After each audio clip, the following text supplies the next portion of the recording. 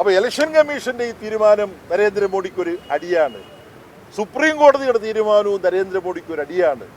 അപ്പൊ ഈ സ്ഥാപനങ്ങളെല്ലാം പേടിപ്പിച്ച് നിർത്തണം എന്നുള്ളൊരു ലക്ഷ്യം കൂടി വെച്ചുകൊണ്ടാണ് അരവിന്ദ് കെജ്രിവാളിനെ അറസ്റ്റ് ചെയ്യാനുള്ള തക്കമുണ്ടാക്കിക്കൊണ്ട് വരികയായിരുന്നു, സജ്ജീകരണങ്ങൾ ഉണ്ടാക്കിക്കൊണ്ട് വരികയായിരുന്നു.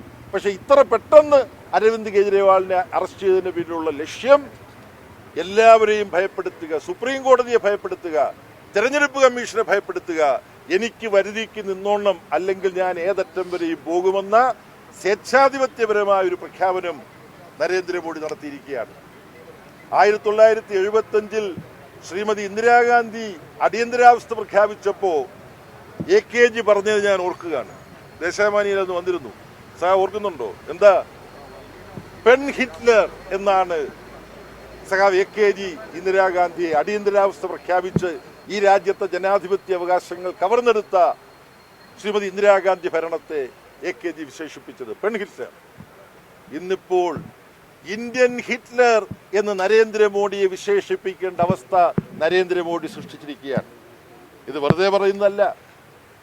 പാർലമെന്റിന്റെ അവസാന സെഷനിൽ നരേന്ദ്രമോദി എന്താ ചെയ്തത്?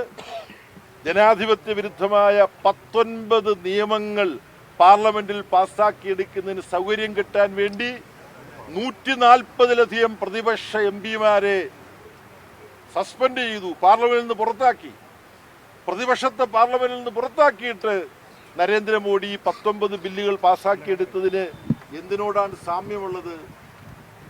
1933 മറ്റോ ഹിറ്റ്ലർ ജർമ്മനിയിൽ ഇത് തന്നെ ചെയ്തിട്ടുണ്ട്.